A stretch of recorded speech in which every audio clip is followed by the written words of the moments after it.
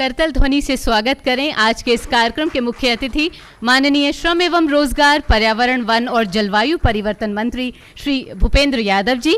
साथ ही हम स्वागत करते हैं विशिष्ट अतिथि माननीय श्रम एवं रोजगार, पेट्रोलियम एवं प्राकृतिक गैस राज्य मंत्री श्री रामेश्वर तेली जी का, और श्री सुनील बर्थवाल, सचिव श्रम एवं रोजगार मंत्रालय, भारत सरकार का भी हम हार्दिक अभिनंदन करते हैं।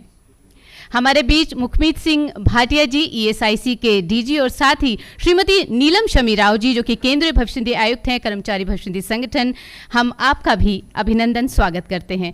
सभागार में उपस्थित सभी गण्यमान्य अतिथियों का भी हम हार्दिक अभिनंदन करते हैं। जैसे कि आप सभी जानते हैं कि भारत की आज़ादी के 75 वर्ष पूरे होने के उपलक्ष्य में हम आज़ादी का अमृत महोत्सव मना रहे हैं, और इस दौरान भारत की आज़ादी के इन 75 वर्षों के साथ साथ इसके गौरवपूर्ण इतिहास, संस्कृति और उपलब्धियों का जश्न भी हम मना रहे हैं। इसी श्रृंखला में आइकॉनिक वीक सेलिब्रेशन के तहत अंतर्राष्ट्रीय महिला दिवस के इस गौरवपूर्ण अवसर पर मिनिस्ट्री ऑफ लेबर के अंतर्गत EPFO, ESIC और DGMS द्वारा संयुक्त रूप से आयोजित इस कार्यक्रम में आप सभी का एक बार पुनः अभिनंदन, स्वागत। 8 मार्च का ये दिन बेहद खास है क्योंकि समूचे विश्व में इसे अंतर्राष्ट्रीय महिला दिवस के रूप में मनाया जाता है, और एक ऐसे विश्व की परिकल्पना की जाती है जहां महिला और पुरुष में किसी तरह का कोई भेदभाव ना किया जाए। पूर्वाग्रह, पक्षपात, रूढ़ियों और भेदभाव से मुक्त एक ऐसा विश्व। इसी को ध्यान में रखते हुए अंतर्राष्ट्रीय महिला दिवस 2022 की थीम है, जैसे कि आप जानते ही होंगे, ब्रेक द बायस। ये इस बार की थीम है और हमारी यही कोशिश है कि इस रूढ़ी को, इस पक्षपात को खत्म किया जाए। आज के इस प्रोग्राम में हमारे बहुत सारे ऑफिसेज वर्चुअल मोड में हमारे साथ हैं। अब मैं अनुरोध करूंगी माननीय मुख्य अतिथि महोदय और मंच पर आसीन अन्य सभी सम्माननीय अतिथियों से कि कृपया दीप प्रज्वलित कर कार्यक्रम का शुभारंभ करें। आप जानते हैं कि हमारे भारत, हमारे देश की परंपरा है कि किसी भी शुभ कार्य अथवा कार्यक्रम की शुरुआत हम दीप प्रज्वलित कर करते हैं, जिससे कि हमारी भारतीय संस्कृति कितनी समृद्ध है और हमारी परंपराएं कितनी सुदृढ़ हैं उसका पता चलता है। कार्यक्रम का शुभारंभ दीप प्रज्वलन से।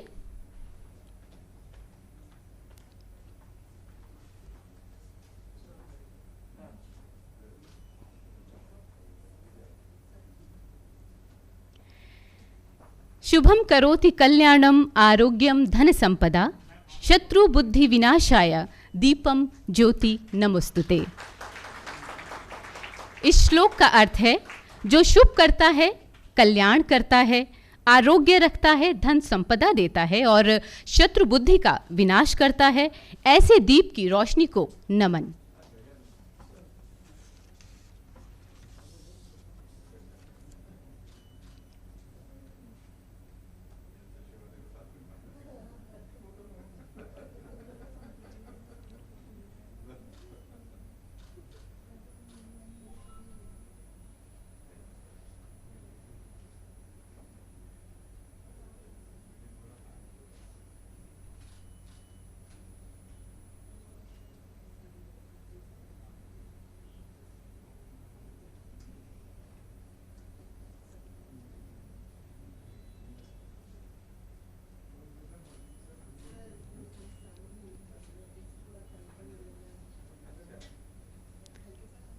आप सभी का धन्यवाद। और अब केंद्रीय भविष्य निधि आयुक्त श्रीमती नीलम शमी राव जी से मेरा विनम्र अनुरोध है कि वे माननीय श्रम एवं रोजगार मंत्री श्री भूपेंद्र यादव जी को पौधा भेंट कर उनका अभिनंदन करें।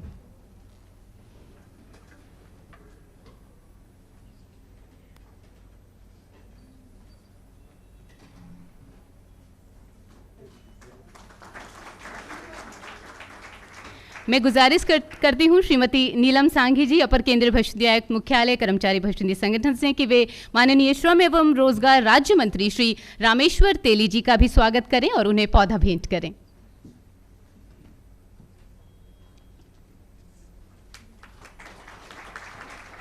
और अब मेरा अनुरोध श्री जगमोहन, अपर केंद्रीय आयुक्त मुख्यालय EPFO से, कि वे सचिव श्रम एवं रोजगार श्री सुनील बर्थवाल जी का फ्लावर पॉट भेंट कर उनका अभिनंदन करें।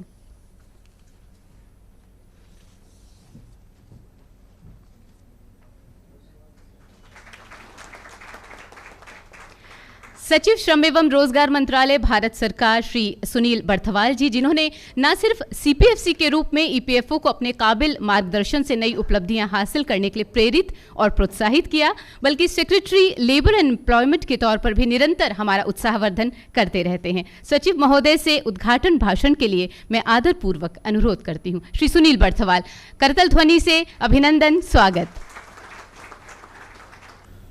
नमस्कार। आज के इस सभा के मुख्य अतिथि माननीय श्रम एवं रोजगार मंत्री श्री भूपेंद्र यादव जी, माननीय श्रम एवं रोजगार राज्य मंत्री श्री रामेश्वर तेली जी, यहाँ उपस्थित ईएसआईसी के डीजी श्री मुखमीत भाटिया जी और ईपीएफओ में सीपीएफसी श्रीमती नीलम शम्मी राव जी, यहाँ माननीय मिसेस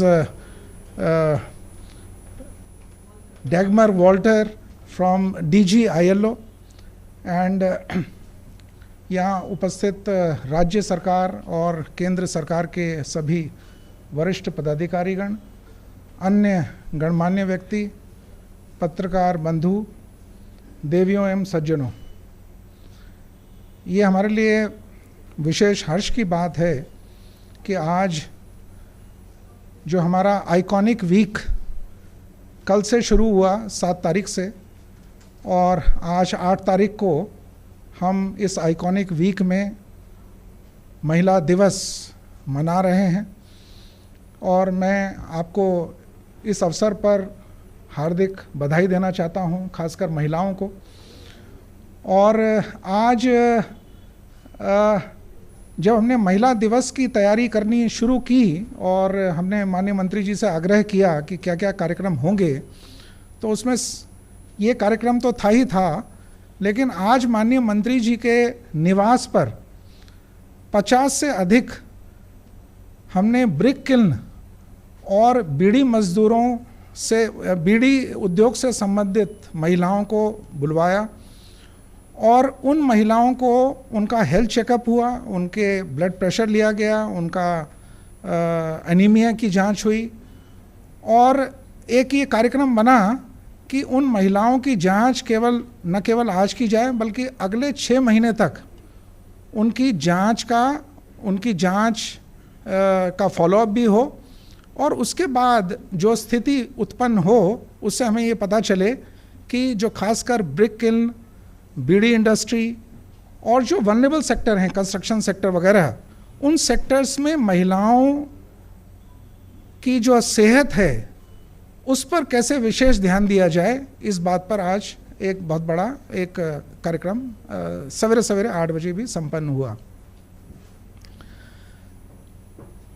भारत सरकार की तरफ से महिलाओं के लिए न केवल कानून में बल्कि पॉलिसी के माध्यम से बहुत सारे स्टेप्स लिए गए हैं। कानून के बारे में आप जानते हैं, हमारे यहाँ जो equal work and equal pay इसका सिद्धांत हमने अपनाया हुआ है। अभी जो लेबर कोड में जो बहुत सारे परिवर्तन हम लोगों ने किए हैं, उसमें इस बात को भी ध्यान में रखा गया है कि महिलाओं को पुरुषों की तरह किसी भी क्षेत्र में काम करने का मौका रहे उनकी इच्छा के अनुसार। यहाँ तक कि अगर महिलाएं रात की शिफ्ट में भी काम करना चाहती हैं तो उनको प्रॉपर सेफ्टी और सिक्योरिटी के साथ काम करने का मौका मिले। कानूनों के अन्य प्रावधानों में हमने महिलाओं को जो मैटरनिटी लीव का बेनिफिट था वो भी 12 हफ्ते से बढ़ा करके उसको 26 हफ्ते किया। इस प्रकार से सरकार की ये पूरी मंशा है कि महिलाओं की भागीदारी कार्य के क्षेत्र में पूरी उनकी जनसंख्या के अनुपात में हो सके। आज जब हमने ई श्रम पोर्टल पर आंकड़ा देखा तो हमें बड़ी खुशी हुई कि महिलाओं का प्रतिशत ई श्रम पोर्टल पर लगभग 53% है, जो कि ये दर्शाता है कि जब हमने ई श्रम पोर्टल को लॉन्च किया तो महिलाओं ने कितने उत्साह के साथ उसमें अपना रजिस्ट्रेशन कराया, और उसके माध्यम से हम सारी जो योजनाएं हैं उनको महिलाओं तक पहुंचाना चाहते हैं। तो आज का जो ये कार्यक्रम है इसका उद्देश्य यही है, और मुझे जानकारी है कि इस कार्यक्रम में यहाँ तो लोग कम उपस्थित होंगे, लेकिन वेबकास्ट के माध्यम से आपने बहुत सारे लोगों को इस कार्यक्रम से जोड़ा हुआ है, ताकि उन तक भी महिलाओं के लिए जो श्रम एवं रोजगार मंत्रालय है वो क्या क्या काम कर रहा है वो वहाँ तक पहुँच सके। यहाँ DGESIC बैठे हैं, और अभी जो हम लोगों ने फोकस किया है कि सभी लोगों का हेल्थ चेकअप हो। महिलाओं के चूँकि उनके अलग प्रकार के समस्याएं हो सकती हैं, और उनके स्वास्थ्य के भी अलग तरीके से उनकी जांच करने के लिए भी ESIC ने अपने सभी जो उनके 160 हॉस्पिटल्स हैं और जो 1500 डिस्पेंसरीज़ हैं उनमें भी हेल्थ चेकअप का कार्यक्रम महिलाओं के लिए शुरू कर दिया गया है। उसी तरीके से CPFC और EPFO ने जो नॉमिनेशन का एक बहुत बड़ा कार्यक्रम ये अमृत महोत्सव से पहले ही शुरू किया, और आज वो अपना आंकड़ा भी यहाँ प्रस्तुत करेंगी। और मैं देख रहा था कि लगभग 1 करोड़ महिलाएं, 1 करोड़ लोगों ने नॉमिनेशन भी फाइल किया है, जिसमें लगभग 20% महिलाएं भी शामिल हैं जिन्होंने नॉमिनेशन किया है। उन्होंने विमेन हेल्प डेस्क और जो महिलाएं EPFO के ऑफिसेज़ और कार्यालयों को विज़िट करती हैं उसको भी कैसे उनको बेहतर सुविधा दी जाएं, उसके लिए भी उन्होंने विशेष रूप से महिला हेल्प डेस्क बनाए हैं, और उसकी भी आज ये चर्चा होगी। मैं 2-3 और बिंदु पर खाली अपनी बात रखना चाहता हूँ। हमने महिलाओं की एम्प्लॉयबिलिटी कैसे इम्प्रूव हो, इस पर मंत्रालय में रोज़ मंथन होता है, और हमने ये देखा है कि अनऑर्गेनाइज सेक्टर में तो महिलाएं कंधे से कंधा मिला करके काम कर रही हैं, बट ऑर्गेनाइज सेक्टर में उनका प्रतिशत अनुपात के हिसाब से कम है। तो हम लोग ये चाहते हैं कि ऑर्गेनाइज सेक्टर में भी महिलाओं की भागीदारी कैसे बढ़ सके, इसके लिए जो भी उपाय मंत्रालय को करने होंगे वो हम करना चाहेंगे, और उन पर हम विचार भी कर रहे हैं। एम्प्लॉयबिलिटी बढ़ाने के लिए अभी हमारा जो एक NCS पोर्टल है, जिसमें जो जॉब सीकर्स हैं उनको एक मौका मिलता है कि वो सही जॉब का चयन कर सकें, क्योंकि उसमें एम्प्लॉयर्स भी आते हैं। उसमें भी हम फोकस कर रहे हैं। हमने अपने कॉल सेंटर्स को कहा है कि अगर कोई महिला आवेदन करती है हमारे NCS पोर्टल पे, तो उसको वो खुद कॉल करें, और खुद कॉल करके उनसे पूछें कि उनको जॉब मिला या नहीं मिला, क्योंकि हम चाहते हैं कि महिलाओं को जितने भी ज़्यादा जॉब हमारा NCS पोर्टल उपलब्ध करा सके, उस पर हमारा जोर रहे।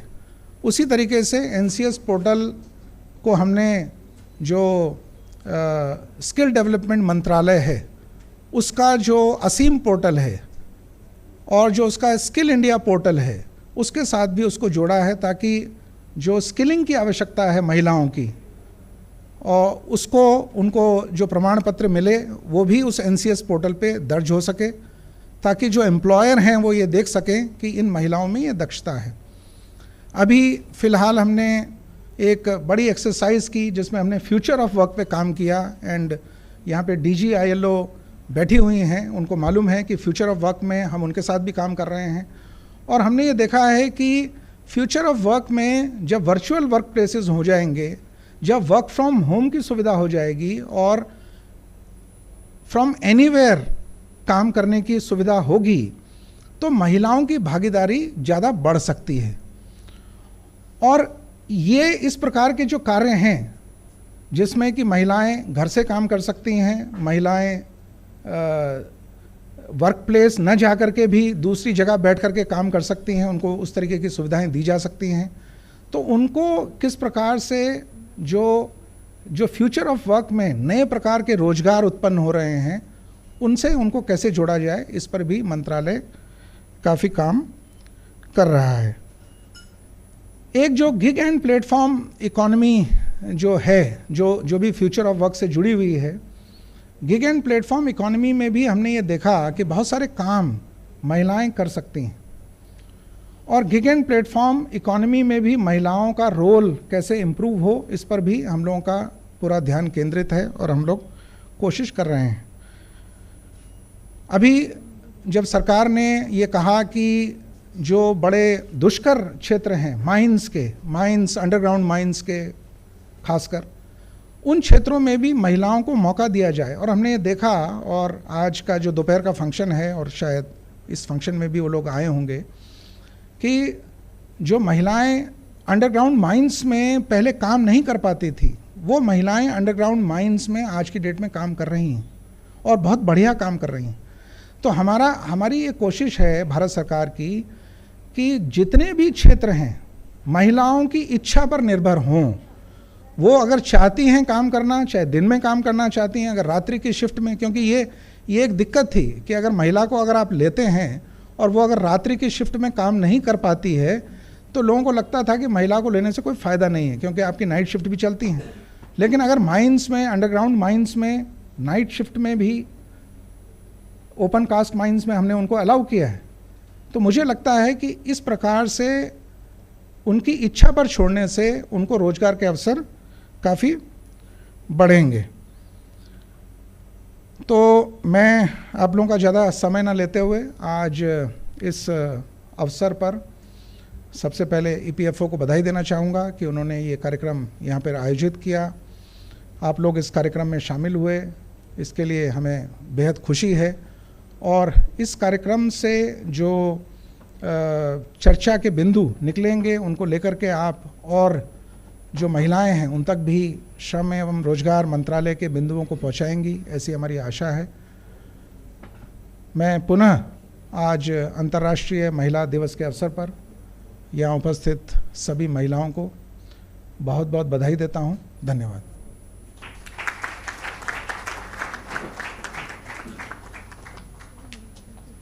धन्यवाद सर, न सिर्फ आपकी उपस्थिति के लिए बल्कि जिन योजनाओं का आपने जिक्र किया और जो आपका एक विजन है कि हम किस तरह से महिलाओं के लिए कौन सी नई योजनाएं लेकर आएंगे, तो उसके लिए भी आपका बहुत बहुत धन्यवाद।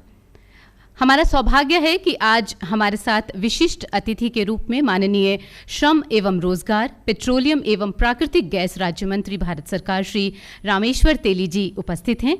माननीय मंत्री जी, आपसे विनम्र अनुरोध है कि कृपया अपने उद्गार व्यक्त करें और हमारा मार्गदर्शन करें। तालियों से अभिनंदन मंत्री महोदय का।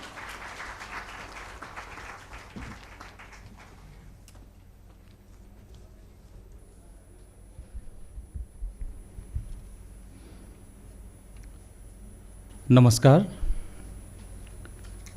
आज की इस प्रोग्राम में मंच पर उपस्थित हमारे श्रम एवं रोजगार मंत्री भूपेंद्र यादव जी, हमारे श्रम एवं रोजगार मंत्रालय के सचिव सुनील वाटवाल जी, हमारे DG ESIC के MS भटिया जी, हमारी CPFC के हमारे श्रीमती नीलम राव जी, हमारे ILO से पधारे हुए सभी अधिकारीगण, श्रम एवं रोजगार मंत्रालय के सभी अधिकारीगण, पधारे हुए सभी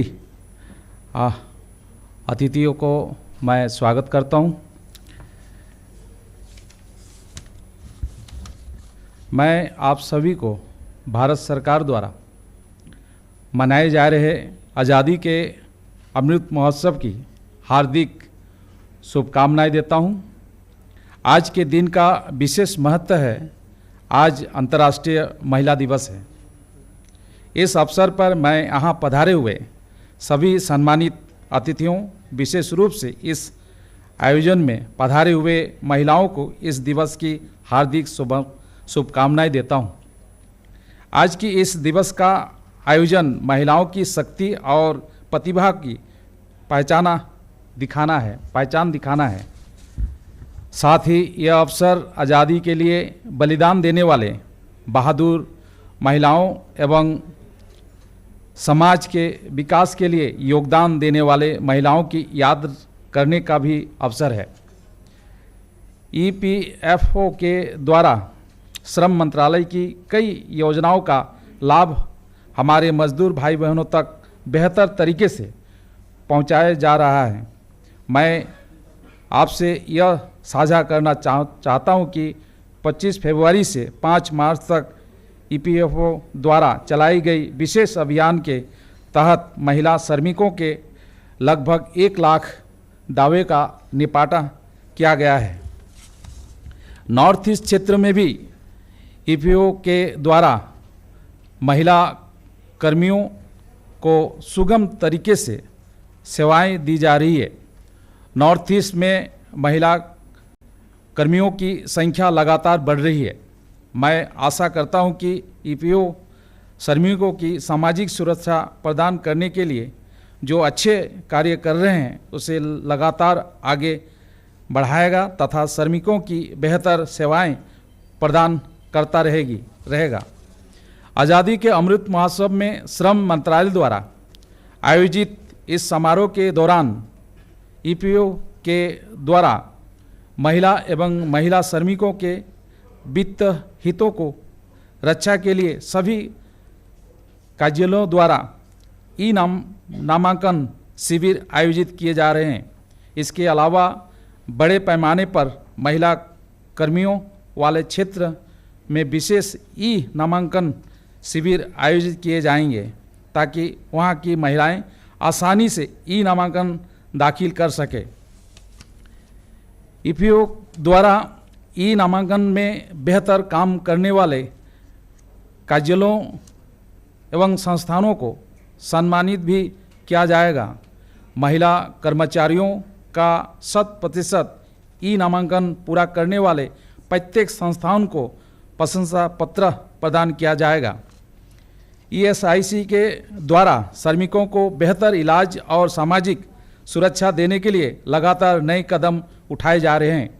देश के 16 शहर में 40 वर्ष से ऊपर के बीमित कामगारों के लिए स्वास्थ्य जांच कार्यक्रम भी शुरुआत की जा रही है।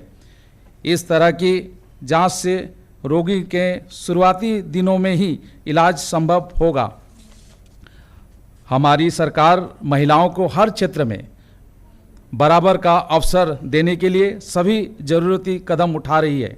पहले जिन क्षेत्रों में महिलाओं की सुरक्षित काम करने का वातावरण नहीं होने के कारण उनको कम अवसर मिल पा रहे थे, आज उन क्षेत्रों में भी कामकाज के वातावरण में सुधार हुआ है। साथ ही महिलाओं की कानूनी अधिकार भी बढ़ाए जा रहे हैं। इन कदमों से महिलाओं के काम करने के लिए सुरक्षित माहौल बना है और आज वे हर क्षेत्र में अपनी पहचान बना रही है। हमारी सरकार द्वारा माइंस के क्षेत्र में रात के समय काम करने वाले भूमिगत माइंस में महिलाओं के लिए समान रोजगार के अवसर प्रदान किए गए हैं। आज महिला दिवस के अवसर पर माइंस में काम करने वाले बहनों को सम्मानित भी किया जा रहा है। साथ ही ईएसआई की महिला करुणा योद्धाओं को भी सम्मानित किया जा रहा है। मैं सभी पुरस्कार पाने वाले महिलाओं को बधाई देता हूं। मैं आप सबको विश्वास दिलाता हूं कि माननीय प्रधानमंत्री मोदी जी के मार्गदर्शन में हमारी सरकार महिलाओं के विकास के लिए आगे भी सफल प्रयास करती रहेगी, जिसमें महिलाओं हर क्षेत्र में आगे बढ़ सके और आत्मनिर्भर बन सके। धन्यवाद। जय हिंद।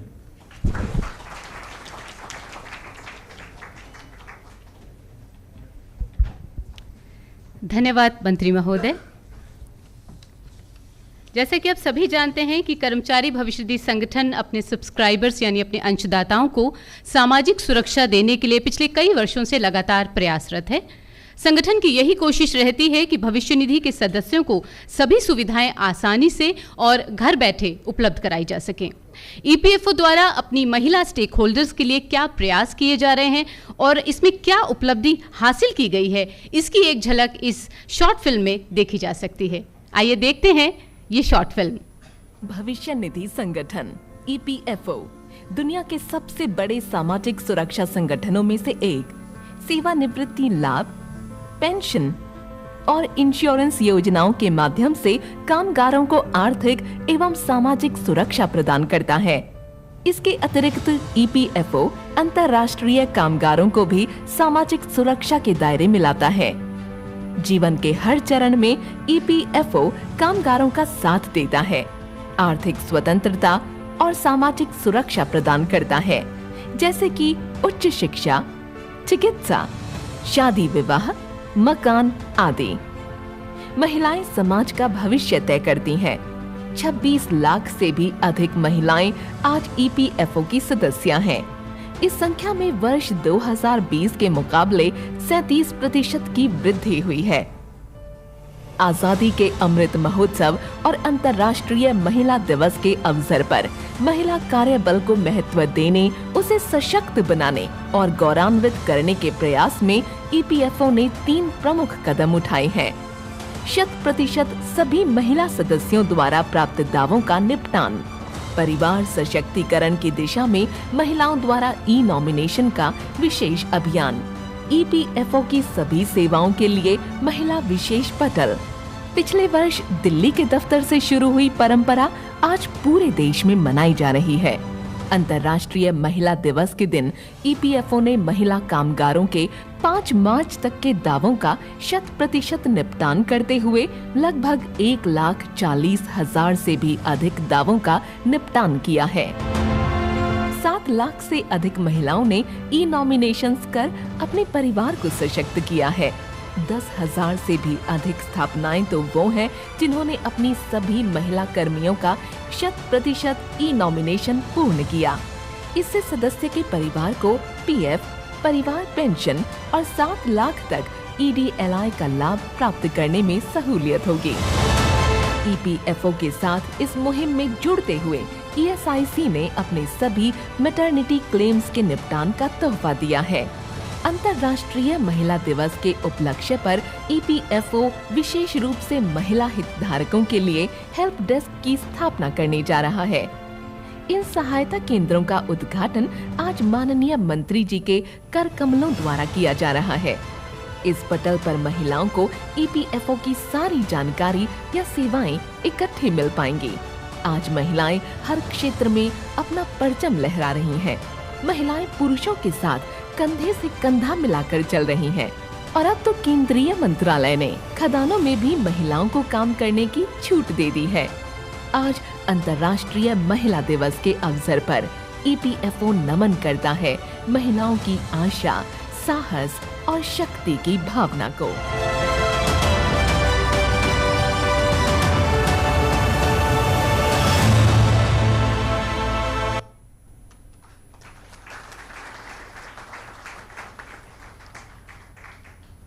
आप सभी जानते हैं जिन बातों का इस फिल्म में जिक्र भी किया गया, जिन सुविधाओं की शुरुआत की जा रही है और जो कार्य अब तक पूरे किए जा चुके हैं, उन्हें ध्यान में रखते हुए आज हम दे रहे हैं रिकग्निशन अवार्ड्स, यानी कि उन लोगों को, उन कर्मचारियों को, अधिकारियों को या उन इस्टेब्लिशमेंट्स को रिकग्नाइज करेंगे जिन्होंने आगे बढ़कर महिलाओं के क्लेम्स का सेटलमेंट किया या फिर ई नॉमिनेशन में उन्होंने महिलाओं को सबसे ज़्यादा आगे रख के उनकी संख्या को बढ़ाया। और आज हमारी ये बहुत ही खुशकिस्मती है कि हमारे बीच हमारे माननीय अतिथि मौजूद हैं, हमारे मंत्री महोदय हमारे बीच मौजूद हैं। और अब ये जो मैंने जिक्र किया महिलाओं के क्लेम्स के 100% सेटलमेंट का और महिलाओं के ई नॉमिनेशंस के अवार्ड्स का, उसका एक छोटा सा संक्षिप्त परिचय मैं आपके सामने देना चाहूँगी। Top 3 establishments in terms of absolute number of female e-nominations, यानी जिन्होंने उत्कृष्ट कार्य किया, उनका जिक्र मैं आपके सामने करना चाहूँगी। तीनों ही निज़ामाबाद क्षेत्र से हैं। इसमें Desai brothers limited Kamareddy, Desai brothers limited Nizamabad और Prabhudas Kishore Das tobacco products private limited हैं। तालियां बजनी चाहिए, अभिनंदन होना चाहिए, क्योंकि जब भी कोई उल्लेखनीय कार्य कोई करता है तो उसे मोटिवेशन मिलना बहुत ज़रूरी है, अप्रिसिएशन मिलना बहुत ज़रूरी है। इसके अलावा आरओज और जेडोज के अंतर्गत जो क्लेम किए गए उसमें 3 कैटेगरीज होती हैं एस्टैब्लिशमेंट्स की, एक स्मॉल, मीडियम और लार्ज। स्मॉल में 100 से 200 कर्मचारी, मीडियम में 200 से 500 कर्मचारी और लार्ज में 500 से ज़्यादा कर्मचारी होते हैं जिन्हें कैटेगराइज किया गया है। और इसमें जो 3 टॉप पर हैं उसमें आरओ तीनों ही नोएडा है, जोरदार तालियां होनी चाहिए। और जो जेडोज हैं उनमें नंबर 1 पर उत्तर प्रदेश, गुजरात और फिर से उत्तर प्रदेश। तो ये इनको हम इसलिए आपके सामने हमने नाम लिया है कि इन्हीं के एनकरेजमेंट से, जब इन्होंने एनकरेज किया स्थापनाओं को कि ई नॉमिनेशन करें और क्लेम्स का सेटलमेंट करें, और इन्हीं के प्रयासों से ऐसा संभव हो पाया कि हाँ, महिलाओं के 100% जो एनरोलमेंट ई नॉमिनेशन है वो स्थापनाओं की संख्या बढ़कर 10,514 तक पहुंच गई 5 तारीख तक। तो ये बहुत ही काबिले तारीफ बात है। इसके बाद क्लेम सेटलमेंट जो हुआ 5 मार्च तक, उसमें महिलाओं के क्लेम का जो 100% सेटलमेंट हुआ, उसमें हमने चुना एसएसएस को, सेक्शन सुपरवाइजर्स को, अकाउंट ऑफिसर्स को, जिनको अवार्ड दिया जा रहा है। तो मैं उन जोन्स के नाम आपको बताना चाहूँगी। मुंबई 2 ठाणे के एक जोन है जिसे पहला पुरस्कार मिल रहा है, तेलंगाना हैदराबाद है, केरला एवं लक्षद्वीप है, तालियां बजनी चाहिए। सेक्शन सुपरवाइजर हैं मुंबई 2 ठाणे जोन के, और साथ ही मुंबई 1 बांद्रा के जोन के मुंबई पवई ऑफिस। तो ये सब वो कार्यालय हैं जिन्होंने महिलाओं के क्लेम्स का 100% सेटलमेंट किया। और अब जानते हैं आपकी जिस दौर से हम गुजरे हैं, कोविड को देखते हुए, कोरोना को देखते हुए कुछ पाबंदियों का हम पालन कर रहे हैं, इसीलिए बहुत सारे हमारे कार्यालय वर्चुअल मोड में हमारे साथ जुड़े हैं। तो जो अवार्ड्स हम दे रहे हैं, तो नोएडा कार्यालय के प्रभारी क्षेत्रीय भविष्य निधि आयुक्त श्री शशांक दिनकर हमारे बीच मौजूद हैं, जो कि देश भर के सभी ईपीएफओ ऑफिसर्स के अवार्डीज के बिहाफ पर आज ये अवार्ड ग्रहण करेंगे माननीय मंत्री महोदय के हाथों। तो शशांक जी, आप यहाँ आइए और ये अवार्ड ग्रहण कीजिए। और माननीय मंत्री महोदय से मेरा अनुरोध रहेगा कि सभी ईपीएफओ ऑफिसर्स और ईपीएफओ के जितने भी अधिकारी कर्मचारी हैं जिनकी वजह से ये संभव हो पाया, उन सभी के बिहाफ पे शशांक जी ये अवार्ड ग्रहण कर रहे हैं।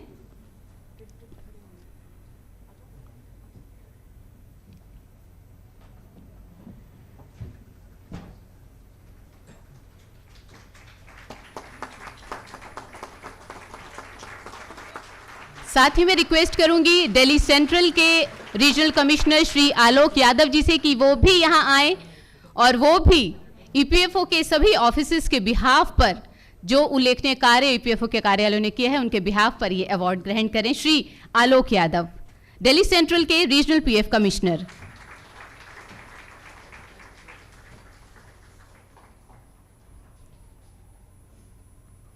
तो ईपीएफओ के कार्यालयों ने, अधिकारियों ने, कर्मचारियों ने तो अच्छा काम किया ही, प्रोत्साहन दिया स्थापनाओं को, तो हम कैसे भूल सकते हैं उन इस्टेब्लिशमेंट्स को कि जो हमारे इस लिस्ट में टॉप पर रही।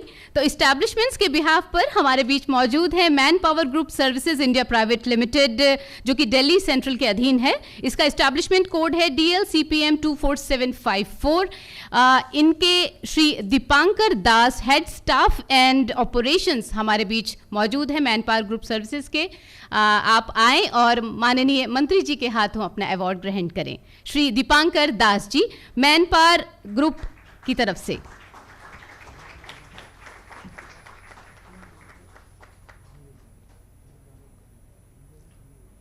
और एक और इस्टेब्लिशमेंट यूफ्लेक्स लिमिटेड, जिनका कोड है MRNOI 0013314। इसके Shri DK Jain, director HR हमारे बीच मौजूद हैं।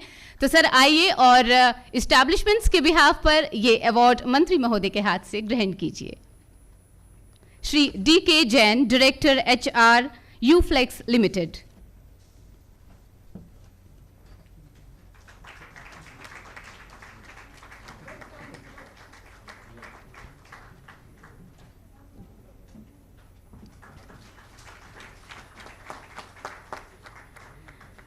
धन्यवाद सर। श्रम एवं रोजगार मंत्रालय के अधीन खान सुरक्षा महानिदेशालय की 4 महिलाओं को भी आज के इस कार्यक्रम में सम्मानित किया जा रहा है। घर दफ्तर के साथ साथ अब माइंस में भी महिलाएं काम कर रही हैं, जो कि वाकई काबिले तारीफ है और इसके लिए जोरदार तालियां भी बनती हैं। ऐसी कोई जगह नहीं जहां महिलाएं काम नहीं कर सकती, यहां वो आगे बढ़ के काम नहीं कर सकती। अंडरग्राउंड माइन में एम्प्लॉयड पहली 2 महिलाएं हमारे बीच हैं। माननीय मंत्री महोदय से अनुरोध कि उन्हें कृपया सम्मानित करें। सुश्री संध्या रसकतला हमारे बीच हैं। सुश्री संध्या यहां आए और अपना ये सम्मान ग्रहण करें।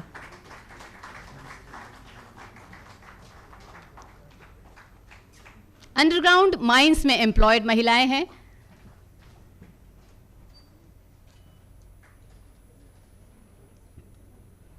सुश्री योगेश्वरी राणे, मैं आपसे भी अनुरोध करूंगी। सुश्री योगेश्वरी राणे हमारे बीच मौजूद हैं, ये भी अवार्ड लेंगी मंत्री महोदय के हाथों। बहुत ही प्राउड मोमेंट है और दिन भी बहुत ही खास है अंतर्राष्ट्रीय महिला दिवस का। सुश्री योगेश्वरी राणे। और अब ओपन कास्ट माइंस में रात को कार्य करने वाली पहली 2 महिला कर्मचारी जो आज यहां सम्मान ग्रहण करेंगी, सुश्री अरुणा नारायण संकातला। सुश्री अरुणा नारायण संकातला, इनको देखकर आप अंदाजा लगा सकते हैं कि ये नाइट शिफ्ट में काम भी करती हैं और बहुत ही जुझारू, बहुत ही मजबूत महिला सुश्री अरुणा।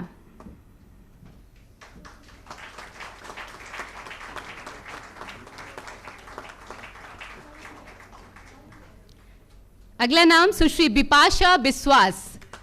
सुश्री बिपाशा बिस्वास हमारे बीच हैं, ओपन कास्ट माइंस में रात को काम करती हैं और इनको देख के महिला सशक्तिकरण का अंदाजा आप लगा सकते हैं कि हमारा देश निरंतर आगे बढ़ रहा है और महिलाएं भी निरंतर आगे बढ़ रही हैं।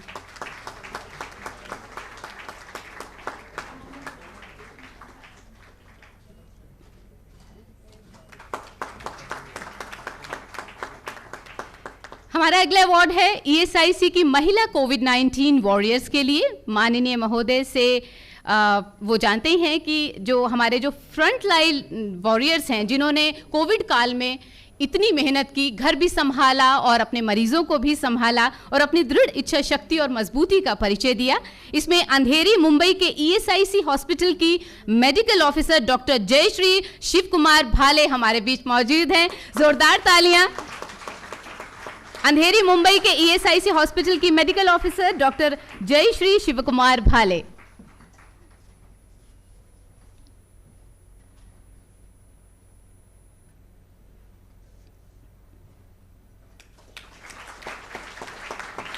ESIC hospital KK Nagar Chennai, ESIC hospital KK Nagar Chennai की senior nursing officer Sushri Uma Gopinath, ये भी अवार्ड ग्रहण करेंगी सुश्री उमा गोपीनाथ।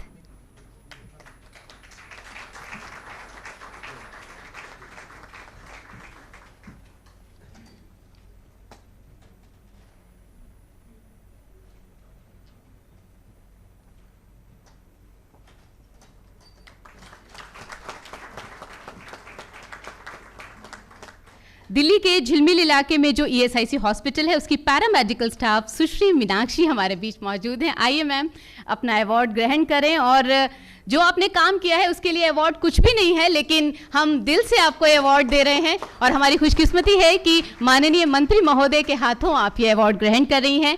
तालियां बजनी रहनी चाहिए और उनकी आवाज़ कम नहीं होनी चाहिए। सभी इस्टेब्लिशमेंट्स और ईपीएफओ के ऑफिसर्स और विशेषकर सभी महिला स्टेक होल्डर्स के बिहाफ पर मैं बहुत ही गर्व के साथ ये बात आज आपको बोल रही हूँ कि हमारी केंद्रीय भविष्य निधि आयुक्त श्रीमती नीलम शमी राव जी हमारे बीच मौजूद हैं। तो माननीय मंत्री महोदय, आपसे अनुरोध कि हमारी सीपीएफसी मैडम को भी जो उन्होंने उल्लेखनीय कार्य किया है वो हमारे बिहाफ पर हमारी मैडम को अवार्ड दें आप। तो सुश्री नीलम शमी राव जी के लिए ये अवार्ड है। सभी महिलाओं की ओर से सभी महिलाओं के बिहाफ पर वो अवार्ड ग्रहण कर रही हैं। ईपीएफओ के सभी अधिकारी कर्मचारी,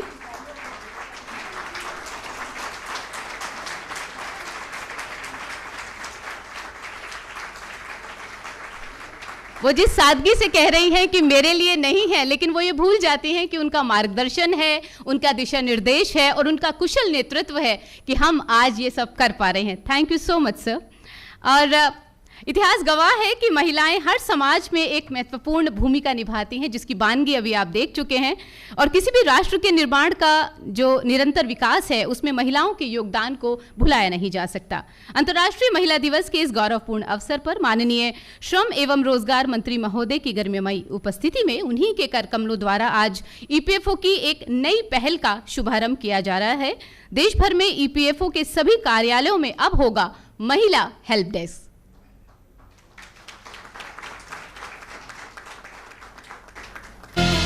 कर्मचारी भविष्य निधि संगठन 24.7 करोड़ सदस्य, लगभग 5.5 करोड़ सक्रिय सदस्य, 6 लाख कवर्ड स्थापनाएं एवं 60 लाख पेंशन भोगी सदस्यों के साथ कर्मचारी भविष्य निधि संगठन विश्व के सबसे बड़े सामाजिक सुरक्षा संगठनों में से एक है।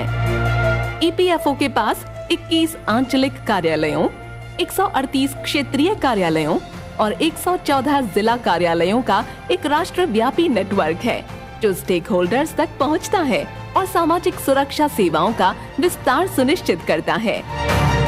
आजादी के अमृत महोत्सव के आइकॉनिक सप्ताह के दौरान 8 मार्च 2022 को अंतर्राष्ट्रीय महिला दिवस समारोह में माननीय मंत्री महोदय एवं माननीय राज्य मंत्री महोदय ईपीएफओ की महिला स्टेक होल्डर्स के लिए हेल्प डेस्क का शुभारंभ करेंगे।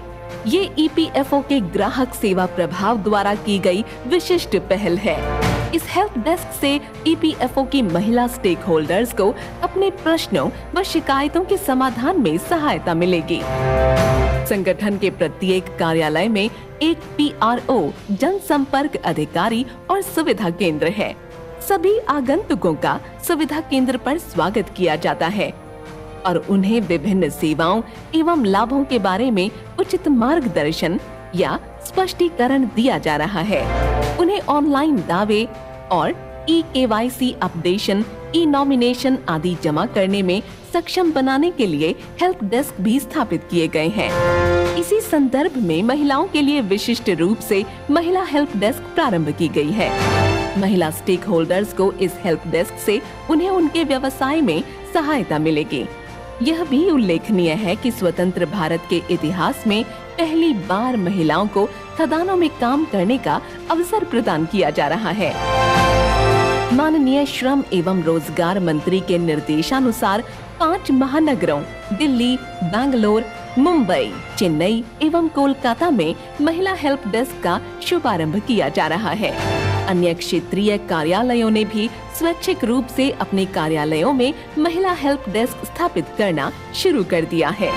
जिन कार्यालयों ने अपने सुविधा केंद्र में महिला सहायता डेस्क की स्थापना की है वे हैं दिल्ली, मध्य, उत्तर, शिमला, लुधियाना, जयपुर, कोटा, उदयपुर, अकोला, औरंगाबाद, कोल्हापुर, नागपुर, नासिक, पुणे, आकृति, कैंट, सोलापुर, कोझिकोड और बैरकपुर।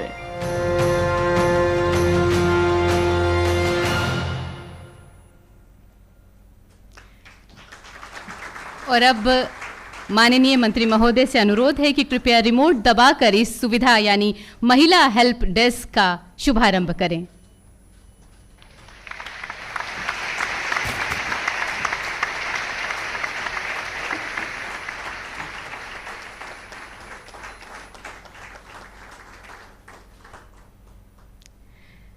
आज के इस कार्यक्रम में मुख्य अतिथि के रूप में माननीय श्रम एवं रोजगार, पर्यावरण, वन एवं जलवायु परिवर्तन मंत्री और केंद्रीय न्यासी बोर्ड के अध्यक्ष श्री भूपेंद्र यादव जी की उपस्थिति हमारे लिए गौरव की बात है। माननीय मंत्री महोदय ने अपने कुशल नेतृत्व और मार्गदर्शन से ईपीएफओ, ईएसआईसी और डीजीएमएस इन तीनों संस्थाओं को एक नई दिशा दिखाई है और एक ऐसा मार्ग प्रशस्त किया है जिस पर कदम रखकर ये सभी संगठन निरंतर नई उपलब्धियां हासिल करने में सक्षम हो सके हैं। माननीय मंत्री महोदय, मेरा आपसे आदर सहित अनुरोध है कि कृपया अपने संबोधन से हमें अनुग्रहित करें। माननीय मंत्री महोदय।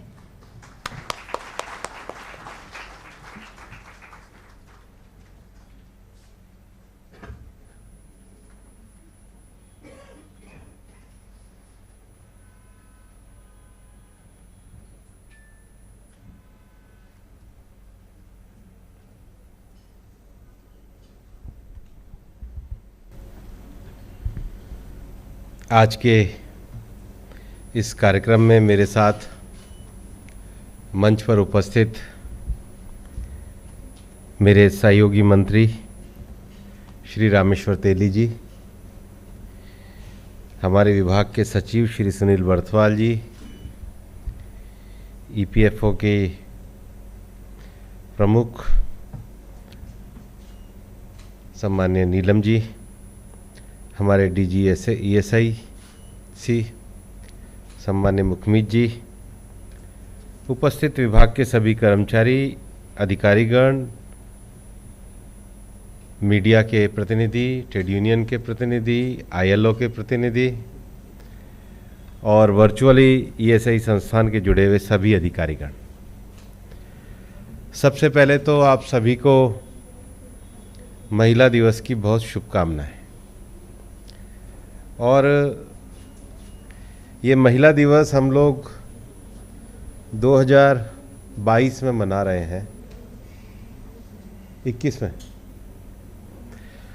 और 2021-22 ये जो 21वीं सदी का समय है, तो मैं सोच रहा था कि ये जो आपने वुमेन हेल्प डेस्क बनाई है, इसका नाम बदल के वुमेन एम्पावर डेस्क रखना चाहिए। कब तक हम महिला को कमज़ोर मानते रहेंगे? अब जो ज़माना है, जब बराबरी का ज़माना है, तो अब हेल्प की दृष्टि से नहीं, वुमेन एम्पावरमेंट के लिए काम करना चाहिए, इसलिए इसको एम्पावर डेस्क कहना चाहिए। जब तक हम ये मान के चलते हैं कि एक हिस्सा कमज़ोर है तो हम उस पर एक दया दिखाते हैं। अब दया का ज़माना नहीं है, अब एम्पावरमेंट का ज़माना है। और एम्पावरमेंट कैसे होना चाहिए? यहाँ पर जो सम्मान दिया जा रहा था, माइंस जैसा सेक्टर जिसको बहुत टफ सेक्टर माना जाता है, जिसको बड़ा चैलेंज का सेक्टर माना जाता है, उस माइन सेक्टर में नाइट शिफ्ट में काम करना, ओपन माइन एरिया में काम करना, तो जितना शारीरिक जोखिम, जितना मानसिक जोखिम, जितना अन्य जोखिम कोई पुरुष ले सकता है, उसको महिलाएं भी ले सकती हैं। क्यों? क्योंकि अब वुमेन भी एम्पावर होने लगी है, जो उनका हक है वो उनको मिलने लगा है। और ये कहना कि राष्ट्र निर्माण में अब महिलाओं का योगदान होता है, कोई भी राष्ट्र तब खड़ा होता है जब समाज खड़ा होता है, कोई भी समाज तब खड़ा होता है जब परिवार खड़ा होता है, और कोई भी व्यक्ति जब खड़ा होता है जब परिवार के संस्कार खड़े होते हैं। परिवार तो हमेशा से ही महिलाओं ने खड़ा किया है, तो योगदान होने लगा तो हमेशा से है ही। प्रश्न उसके एक्नॉलेजमेंट करने का है। एक्नॉलेजमेंट का अर्थ क्या है? दुनिया भर में जितनी भी 21वीं सदी आने के बाद जितनी भी वेस्ट की थ्योरी आई, कभी मैं अपने स्टूडेंट लाइफ में भी सिमोन दी बेवार को पढ़ता था, फेमिनिज्म की बड़ी बातें करने वाले भी लोगों को मैं मानता हूँ। तो मेरा मानना है कि ये 50% का से ज़्यादा बड़ा विषय है, केवल 50% हो जाना विषय नहीं है। 50% होने के बाद भागीदारी से ज़्यादा असरकार होना है। असरकार कैसे होना है? कि जहाँ निर्णय लेने की स्थिति है, जो डिसीजन मेकिंग प्रोसेस है, वहाँ पर महिलाएं नेतृत्व के रूप में आगे आए, और यही काम हमारे देश के प्रधानमंत्री नरेंद्र मोदी जी कर रहे हैं। आज जब मैं सुबह राष्ट्रपति भवन में गया था, तो कितनी ऐसी हमारी बहनों को पुरस्कार मिला जो हमारे दक्षिण में वो हस्तकला के क्षेत्र में प्रिजर्व करने का काम हो, हमारे लद्दाख के क्षेत्र में वहाँ का जो इंडिजिनियस वो जो फूड है उसको प्रिजर्व करने का काम हो, और मैथमेटिक्स जैसे सब्जेक्ट पे मतलब जिसको आजकल बेसिक साइंस के प्रति रुचि कम हुई है, तो मैथमेटिक्स और बेसिक साइंस जैसे विषय पे काम करना हो। कितने सारे फील्ड हैं जो महिलाओं के द्वारा किए जाते हैं। और इसलिए मेरा ये कहना है, जितना कोई युद्धक विमान उड़ाना महत्वपूर्ण है, उतना ही basic science, basic philosophy, basic humanity पे काम करना वह भी उतना ही महत्वपूर्ण है, और इसको महिलाएं बहुत भली भांति तरीके से काम कर रही हैं। और इसलिए हमारा श्रम मंत्रालय, ILO के प्रतिनिधि भी बैठे हैं, और हम ये मानते हैं कि दुनिया भर में इस बात का विषय चलता है कि महिला और पुरुषों के वेतन समान होने चाहिए, काम की शर्तें समान होने चाहिए, काम के अवसर समान होने चाहिए। और हमने तो हमारे देश में जो नया वेजेस कोड हम लेकर के आए हैं, हमने इसको लीगली भी बाइंडिंग और मैंडेटरी करा है। ये बहुत बड़ा परिवर्तन हम लोग लेकर के आए हैं। और मेरा ये मानना है कि केवल ये कहना कि कामकाज के अवसर, हम तो इससे आगे बढ़ कर के सोचते हैं कि कामकाज के जो अवसर हैं उसमें किसी भी व्यक्ति को अपना जीवन यापन, अपनी कामकाज को चुनने की स्वतंत्रता होनी चाहिए। और स्वतंत्रता ही नहीं होनी चाहिए, स्वतंत्रता के साथ साथ कार्यस्थलों पर उसको सम्मानपूर्वक कार्य कर सके, बिना किसी भय के, बिना किसी लालच के, बिना किसी प्रलोभन के, अपने व्यक्तित्व की क्षमता के आधार पर कार्य कर सकें। मुझे लगता है आने वाले समय में कार्य के उन अवसरों को बढ़ाना ये प्राथमिकता होनी चाहिए। ईपीएफओ केवल एक कोई ऑर्गेनाइजेशन नहीं है। मैं हमेशा हमारे लेबर डिपार्टमेंट में ये कहता हूँ कि हमारे को 2 बड़े ऑर्गेनाइजेशन मिले हैं। एक में लोगों का ट्रस्ट हमारे पास है और दूसरा लोगों की सर्विस हमारे पास है। एक लोग ट्रस्ट के रूप में ईपीएफओ को पैसा सौंपते हैं और एक लोगों की सर्विस करने के लिए हमारे पास ईएसआईसी है। हमारे मंत्रालय का दृष्टिकोण भी ये होना चाहिए कि 2 बड़ी जिम्मेदारियां हमारे डिपार्टमेंट के पास है। लेबर मंत्रालय, लेबर को सब लोग ट्रेड यूनियनिज्म के नाम से पहचानते हैं। मेरा मानना है ये इससे बढ़कर के काम है। हमारे मंत्रालय को इससे बड़ा कोई और जिम्मेदारी हो ही नहीं सकती है कि देश के जो काम करने वाले मजदूर हैं, उन मजदूर अपने जीवन के भविष्य की सुरक्षा की जो निधि है, वो भविष्य की सुरक्षा की निधि हमको सौंपते हैं। और सबसे बड़ी बात है कि जो उनके जो भविष्य के जीवन की निधि है, उसको जो 3 प्रकार के विषय हमारे ईपीएफओ द्वारा किए जाते हैं। पहला, जब वो रिटायर होने लगेगा तो उसका जो सेवानिवृत्ति के लाभ हैं, तो उसको ये लगेगा कि चूँकि अब मैंने एक कार्य को पूरा कर लिया और अब मैं दूसरे कार्य अपने जीवन में सेवानिवृत्ति की ओर जा रहा हूँ, तो वो कभी भी ऐसा नहीं देखा होगा कि मेरे को 20 साल 30 साल बाद ये संस्थान मेरे को संरक्षित करेगा, इस संस्थान से मुझे लाभ मिलेगा। इतना बड़ा फेथ करके ईपीएफओ को वो अपनी राशि को सौंपते हैं। और उसके बाद उनको एक कंटिन्यूटी रहती है कि जब तक ये जीवन रहेगा, एक ईपीएफओ है जो मेरे को बहुत सही तरीके से पेंशन देता रहेगा। और तीसरा, हम ये जानते हैं कि जो किसी भी मध्यम वर्गीय जो चूँकि हमारे ईपीएफओ के जितने भी जिनकी सेवा हम प्रदान कर रहे हैं, वो ज़्यादातर हमारे मध्यम वर्गीय लोग हैं, जिनको बच्चों की उच्च शिक्षा के लिए, जिनको चिकित्सा के लिए और जिनको परिवार में शादी ब्याह के लिए एक आकस्मिक राशि की ज़रूरत होती है, और उसको प्रदान करने का काम ईपीएफओ करता है। और इसलिए मेरा ये मानना है कि ऐसे मामलों में, परिवार के सारे विषयों में कोई व्यक्ति के आकस्मिक रूप से जाने के बाद अगर उसके परिवार को सेवानिवृत्ति का लाभ पहुंचाना हो, पेंशन का लाभ पहुंचाना हो, तो जो उसके डिपेंडेंट है, विशेष रूप से जो महिलाएं हैं, उनको हमें तत्काल दृष्टि से उनके भी समय का विषय का निराकरण करना चाहिए। और ईपीएफओ में जो भी महिलाएं डिपेंडेंट के रूप में आती हैं, निश्चित रूप से ऐसी महिलाएं होती हैं जिनका सामान्यतः शैक्षिक स्तर, आर्थिक स्तर, सामाजिक स्तर इतना नहीं होता है कि वो अधिकार के साथ बात कर सकें। कई बार उनको मन में इतना हिचक रहता है, विषय रहता है, कई बार लगता है किससे बात करें, कौन बात करें। तो अब जो डिजिटल समय आया है, उसमें उन महिलाओं के लिए हम विशेष रूप से हेल्प डेस्क चला करके, जो डिपेंडेंट्स लोग हैं, जिस फेथ के साथ कोई व्यक्ति हमारे पास पैसा जमा करता है, उतने ही फेथ के साथ उसके परिवार और उसके डिपेंडेंट को ये सुविधा मिले, इसके लिए नीलम राव जी के नेतृत्व में जो ईपीएफओ ने आज प्रयास किया है, मैं आपके पूरे संगठन को बधाई देना चाहता हूँ। और मैं चाहता हूँ कि आपका ये जो कार्य और ये विषय है, ये आगे रहे। एक और विषय है कि ईपीएफओ में हमारे 16,000 कर्मचारी भी काम करते हैं। हमारे अभी बताया है लगभग 21 क्षेत्रीय कार्यालय है, 138 क्षेत्रीय कार्यालय हैं, 117 से ज़्यादा डिस्ट्रिक्ट्स में हमारे कार्यालय हैं। लेकिन हमारे कार्यालयों की एफिशिएंसी कैसे बढ़े? केवल महिलाएं नहीं, हमारे कार्यालयों में जो काम करने का तरीका है, उन हमारे अधिकारियों की कैपेसिटी बिल्डिंग कैसे हो, फ्यूचर में जो डिजिटल आधार पे हम किस प्रकार से उन विषयों का निस्तारण कर सकें। और मेरा ये मानना है कि ईपीएफओ के कर्मचारी किसी को डराने वाले नहीं होने चाहिए। वो ईज़ ऑफ डूइंग बिजनेस के लिए जो प्रधानमंत्री जी का सपना है, उस पर हम कैसे खरे उतर सकें, इस भावना को हमें अपने पूरे डिपार्टमेंट में ले जाने की आवश्यकता है। क्योंकि ईपीएफओ में हम कोई किसी के ऊपर फोर्सफुल कोई मेज़र नहीं कर रहे। हमारे को अधिकार मिले हैं, वो अधिकार केवल इसलिए मिले हैं कि कोई जो 2-4-5% लोग गलत काम करते हैं, उनको ये भाव रहना चाहिए कि अगर हम गलत काम करेंगे, हम मजदूरों की धनराशि के साथ गलत काम करेंगे, तो निश्चित रूप से हम लोग के ऊपर कार्रवाई का अधिकार है। लेकिन जन सामान्य हम लोगों के ट्रस्ट के पैसे को लेकर के काम कर रहे हैं, तो इसको काम करते समय हम ईज़ ऑफ डूइंग बिजनेस को देखते हुए कैसे इसको एक अच्छे वातावरण और एक सौहार्दपूर्ण वातावरण के रूप में हम कार्य कर सकें। और इसके लिए हमने अपनी पिछली बैठक में 4 कमेटियों का निर्माण भी किया था और मुझे इस बात का संतोष भी है कि उन कमेटियों ने काफ़ी अच्छे तरीके से कार्य किया है।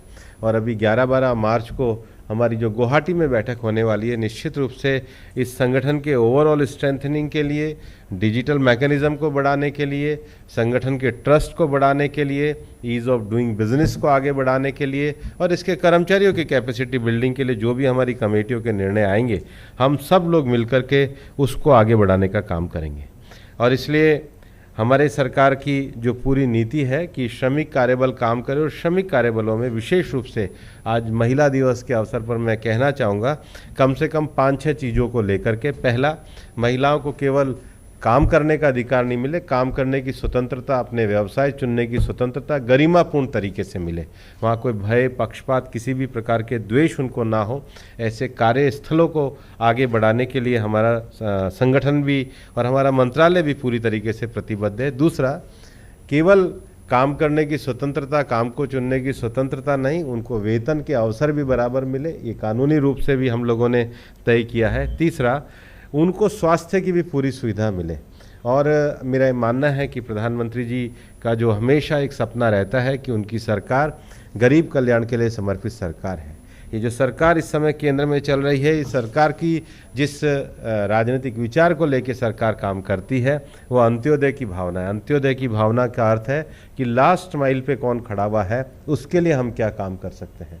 और इसके लिए आज सुबह हमारे मंत्रालय के द्वारा, जो हमारा दूसरा डिपार्टमेंट है ESIC के द्वारा, एक नया प्रयोग शुरू किया कि हमने देखा है कि अंतिम स्तर पर जिसको हजार्डस इंडस्ट्री कहते हैं, हमारा ये मानना है कि 2 इंडस्ट्री ऐसी हैं जिसमें महिलाएं बहुत बड़ी संख्या में काम करती है। एक बीड़ी उद्योग है और एक दूसरा ईंट भट्टा उद्योग है।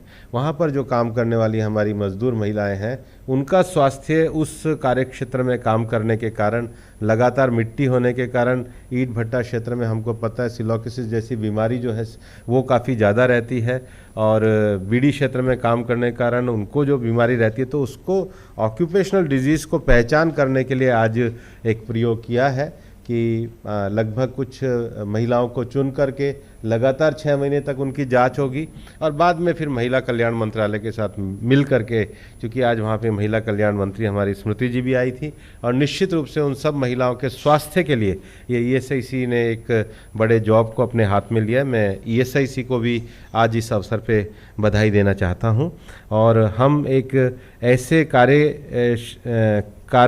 के स्थलों का निर्माण कर सकें, ऐसे कार्य के माहौल का निर्माण कर सकें जिसमें कोई भी महिला भय, चिंता और किसी भी प्रकार के प्रलोभन की मुक्ति के साथ सम्मानपूर्वक तरीके से काम करे। ये जब सम्मानपूर्वक तरीके से काम का अवसर होगा, अगर वातावरण केवल इससे नहीं होगा कि किसको कितने अधिकार मिले हैं, वातावरण इसके साथ भी होता है कि किसको कितने कर्तव्य मिले हैं। और कार्यस्थलों पर हम ये भी, जो भी कार्यस्थलों पर काम करते हैं, हम ये मान के चलें कि कार्यस्थलों पर काम करने वाली महिलाएं हमारे ही परिवार की बेटियां, हमारे ही परिवार की महिलाएं जो दूसरे कार्यस्थलों पर काम करने जाती हैं, वो भी हमारे ही परिवार की महिलाएं हैं। ये भाव जब रहेगा तो हम एक अच्छे तरीके से महिलाओं के लिए सम्मानपूर्वक कार्यस्थलों पर माहौल को निर्मित कर सकेंगे। और EPFO ने जो पहल करी है कि विशेष रूप से जो डिपेंडेंट और आश्रित महिलाएं हैं, उनके दावों का निस्तारण बहुत त्वरित तरीके से हो, ताकि जिसके भी ऊपर भी जो डिपेंडेंट है उनके सामने जो असामयिक रूप से जो घटनाएं घटती हैं, कम से कम EPFO संगठन ऐसे संकट के समय में उनको त्वरित उनको एक न्याय दे सकेगा। इसके लिए जो कदम उठाया, मैं बधाई देना चाहूँगा। श्रम मंत्रालय के हमारे सारे अधिकारी बैठे हैं, उनको भी बधाई देना चाहूँगा कि इस आइकॉनिक वीक में जो हमारे श्रम मंत्रालय ने जो नए कार्यक्रम इनिशिएटिव लिए हैं, चाहे कल डोनेट टू पेंशन का विषय के कार्यक्रम को शुरू किया हो, चाहे हमारे ई-श्रम को उमंग ऐप पे लॉन्च करने का विषय किया हो, चाहे आज सुबह ESIC के द्वारा ऑक्यूपेशनल डिजीज़ के लिए एक बड़ा कार्यक्रम किया हो, और चाहे हमारे EPFO के द्वारा आज महिलाओं के लिए हेल्प डेस्क खोलने का निर्णय किया हो। ये इस बात को दर्शाता है कि हमारा मंत्रालय प्रधानमंत्री जी की जो जन भागीदारी का विषय है, जो गरीब कल्याण का विषय है, जो देश को आत्मनिर्भर भारत बनाने के लिए सर्व कल्याण का विषय है, जिसको कहते हैं सर्वे भवन्तु सुखिना सर्वे सन्तु निरामया, सब सुखी हो, सब निरोग हो, लेकिन उसको मंत्रालय की व्यवहारिक नीतियों के द्वारा हम किस प्रकार से कर सकते हैं, उसको करने का जिस प्रकार से सोच, कार्यक्षमता को लागू करना, विषयों को लागू करना, कार्यक्रम को एक सोच के साथ लागू करना, जो हमारे अधिकारियों ने इतना अभिनव प्रयास किया है। मैं इन सबको बधाई देना चाहता हूं, पूरे लेबर मंत्रालय की सारी टीम को बधाई देना चाहता हूं और आशा करता हूं कि जिन विषयों और कार्यक्रमों को हमने इस आइकॉनिक वीक में शुरू किया है उनको पूरा करके ही माननीय प्रधानमंत्री जी का जो सपना है गरीब कल्याण भारत, उसको हम पूरा करेंगे। धन्यवाद। जय हिंद, जय भारत।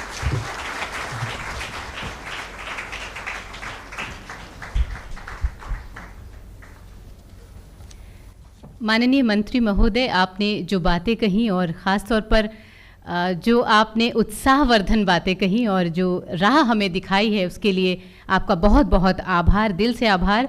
और हम महिलाओं के लिए ख़ास तौर पर जो प्रेरणादायक शब्द आपने बोले हैं, मुझे ऐसा लगता है कि उससे सबको एक दिशा मिली होगी और एक जो एक क्लैरिटी आई होगी विजन में कि महिलाएं जो हैं, जैसा सर ने कहा कि योगदान नहीं बल्कि वो तो उनकी उपस्थिति को किसी भी तरह से भुलाया ही नहीं जा सकता, क्योंकि किसी भी समाज, किसी भी राष्ट्र का जो धुरी होती है वो माँ होती है और माँ एक महिला होती है।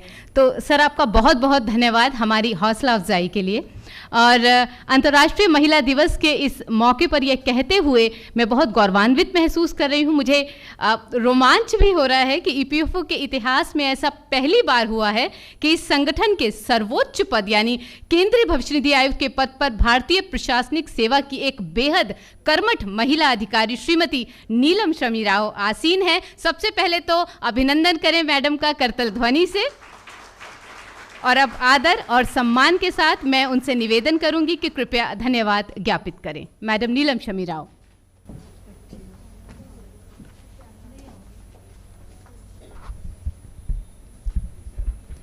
माननीय केंद्रीय मंत्री जी श्रम एवं रोजगार, पर्यावरण, वन एवं जलवायु परिवर्तन श्री भूपेंद्र यादव जी, माननीय मंत्री जी, राज्य मंत्री जी श्री रामेश्वर तेली जी, आदरणीय सेक्रेटरी सर श्री सुनील बर्थवाल जी, डीजी ESIC श्री मुखमीत सिंह भाटिया जी, हमारे यहाँ मौजूद ILO की DG miss Walter, trustees of CBT मंत्रालय के वरिष्ठ अधिकारीगण, अन्य संस्थाओं जैसे कि ESIC और डीजी माइनिंग सेफ्टी के अधिकारीगण, वर्चुअल हमारे सभी माध्यमों से जुड़े हुए साथीगण ESIC एवं EPFO के, सर्वप्रथम आज के अंतर्राष्ट्रीय महिला दिवस के इस उपलक्ष्य पर और ख़ास तौर से इस आइकॉनिक वीक के द्वितीय दिन में, जब हम आज़ादी के अमृत महोत्सव की आइकॉनिक वीक मनाने की प्रारंभ किए हैं और ये दूसरा दिन है, मैं आप सभी लोगों का हार्दिक अभिनंदन करती हूँ और धन्यवाद देती हूँ कि आप लोगों ने अपनी गरिमामयी उपस्थिति से इस कार्यक्रम में हम सभी लोगों को हौसला अफजाई की और इसे सुशोभित किया। सर, सर्वप्रथम मैं आपको विशेष धन्यवाद देना चाहूँगी क्योंकि आपसे हमें हमेशा एक क्लैरिटी ऑफ थॉट मिलता है और एक रास्ता दिखाई देता है। इनफैक्ट अगर मैं आपकी स्पीच को कॉइन करूं तो आज हम लोगों के बहुत सारे टेक अवेज थे, चाहे वो विमेन हेल्प डेस्क को हमें नामांकित या रीनामांकित करने की बात करना चाहिए as women's empowerment desk, and I think we should do it sir. ये बहुत ही इम्पॉर्टेंट थॉट है। इसमें इस एक तरीके का पैराडाइम शिफ्ट है सर। इस पैराडाइम शिफ्ट को हमेशा हमें दिखाने के लिए बहुत बहुत धन्यवाद। महिलाओं के कार्यस्थल पर उन्हें बराबरी की हकदारी हो, ना सिर्फ कामों को चूज़ करने की या कामों को गरिमामयी तरीके से करने की, बल्कि उनके कर्तव्य बोधों को भी बराबरी का हिस्सा मिल सके। इस तरीके की गंभीर बातों से हम लोगों को अवगत कराने के लिए आपका माननीय मंत्री जी विशेष धन्यवाद। माननीय राज्य मंत्री जी का भी विशेष धन्यवाद कि उन्होंने अपने उद्बोधन में हमें लगातार इस बात के लिए इनकरेज किया। जो काम EPFO, ESIC और माइनिंग सेफ्टी के लोगों ने मिलकर के आज आप सभी के सामने में प्रदर्शित किया है। मैं सेक्रेटरी सर का विशेष धन्यवाद देना चाहती हूँ। उन्होंने हमें निरंतर प्रोत्साहित किया जब हम ई नामांकन के काम को शुरू कर रहे थे, ई नॉमिनेशंस के काम के लिए, जब 75 लाख का हम लोगों को लक्ष्य दिया था और हम लोगों को ये लग रहा था कि ये थोड़ा कठिन काम है, लेकिन सर ने निरंतर हमें तकनीकी रूप से, स्ट्रैटेजी के रूप से इसमें कैसे बढ़ सकते हैं, लगातार रास्ता दिखाया। सर, उस पथ प्रदर्शन और मार्गदर्शन के लिए विशेष धन्यवाद। मुझे इस बात का हर्ष है सर कि हम 75 लाख नहीं वरन 92 लाख कर पाए और शायद CBT की मीटिंग तक हम 1 करोड़ के आसपास सर पहुंच सकेंगे। इस कार्यक्रम में ESIC के हमारे DG साहब का भी विशेष धन्यवाद, क्योंकि एक तरीके से मिली जुली सेवाएं हैं। जो हमारे लोग हैं वो उनके दायरे के लोग हैं। एक तरीके से he is a larger umbrella of people actually, I would say काफ़ी, और उसमें एक हमारा अम्ब्रेला भी है विद इन दैट। सर, जो एक सामंजस्य स्थापित कर पाए हैं हम ESIC के साथ में आपके साथ काम करने के लिए, उसके लिए विशेष रूप से धन्यवाद। मैं DG माइन सेफ्टी को भी विशेष तौर पर अभिनंदन और धन्यवाद देना चाहती हूँ कि वो एक मुश्किलात क्षेत्र में महिलाओं के कदम बढ़ाने के लिए, उनके सपनों को साकार करने के लिए, उनकी चॉइसेस को बरकरार रखने के लिए रास्ते खोल रहे हैं। और ये एनकरेजमेंट आज जो 4 महिलाएं सर आपने आज जिनको प्रशस्ति पत्र दिया और गौरवान्वित किया, वे एक रोल मॉडल्स होंगी इस तरीके के डिफ़िकल्ट और चैलेंजिंग क्षेत्रों में आने के लिए। आप सभी को बधाई भी और यहाँ आने के लिए विशेष रूप से धन्यवाद भी।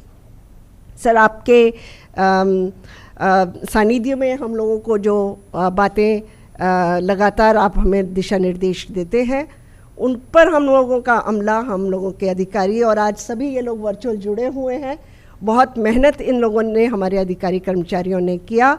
इन सभी को मैं विशेष धन्यवाद देना चाहूँगी कि इन मुश्किल लक्ष्यों तक आप पहुँच सके।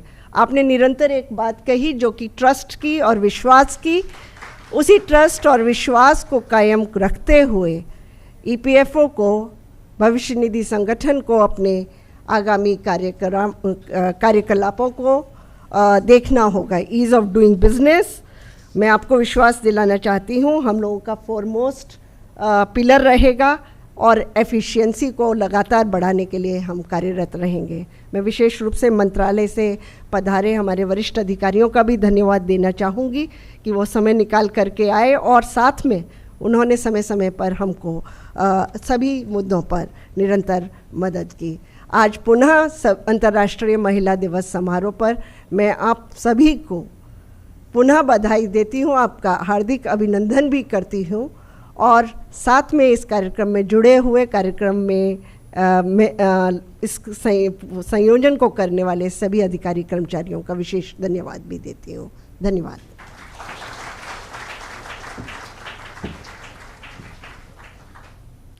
धन्यवाद मैडम। और अब आप सभी से अनुरोध है कि कृपया राष्ट्रीय गीत वंदे मातरम के लिए अपने अपने स्थान पर खड़े हो जाएं।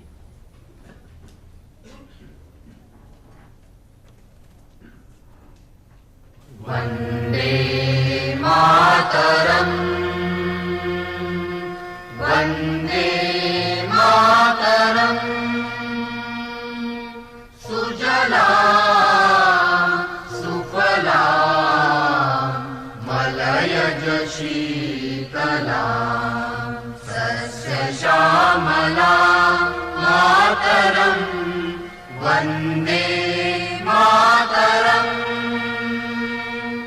शुभ्रजोत्स्ना पुलकितयामिनी फुल्लकुसुमिता द्रुमदलशोभिनी सुहासिनी सुमधुरभाषिणी सुखदां वरदां मातरं, वन्दे मातरं, वन्दे मातरम्।